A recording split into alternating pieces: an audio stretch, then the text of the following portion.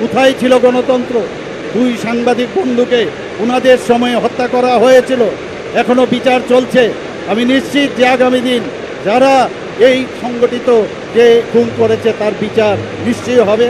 CBI কাজ করছে, আমি আশা করছি সেটা খুব শিগগিরই তাদের যারা এই খুনের সাথে যুক্ত ছিল তাদেরকে পুলিশ ধরবে।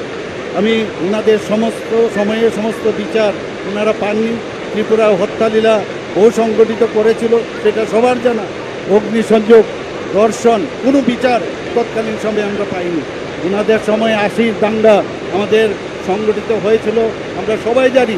এখনও আমাদের চিন্তায় এখনও তরতাজা এই ঘটনা আমাদের কাছে আছে। মানুষকে ওরা মানুষ বলে গণ্য করতো না বন্ধুগণ। কোয়েবলসীয় কায়দায় এখনও ওরা মিথ্যাকে বারবার বলে ওরা চেষ্টা করছে, এবং ওদের যে পার্টি সেখানে কিন্তু মিথ্যা বলার কোয়েবলসীয় কায়দার একটা কারখানা।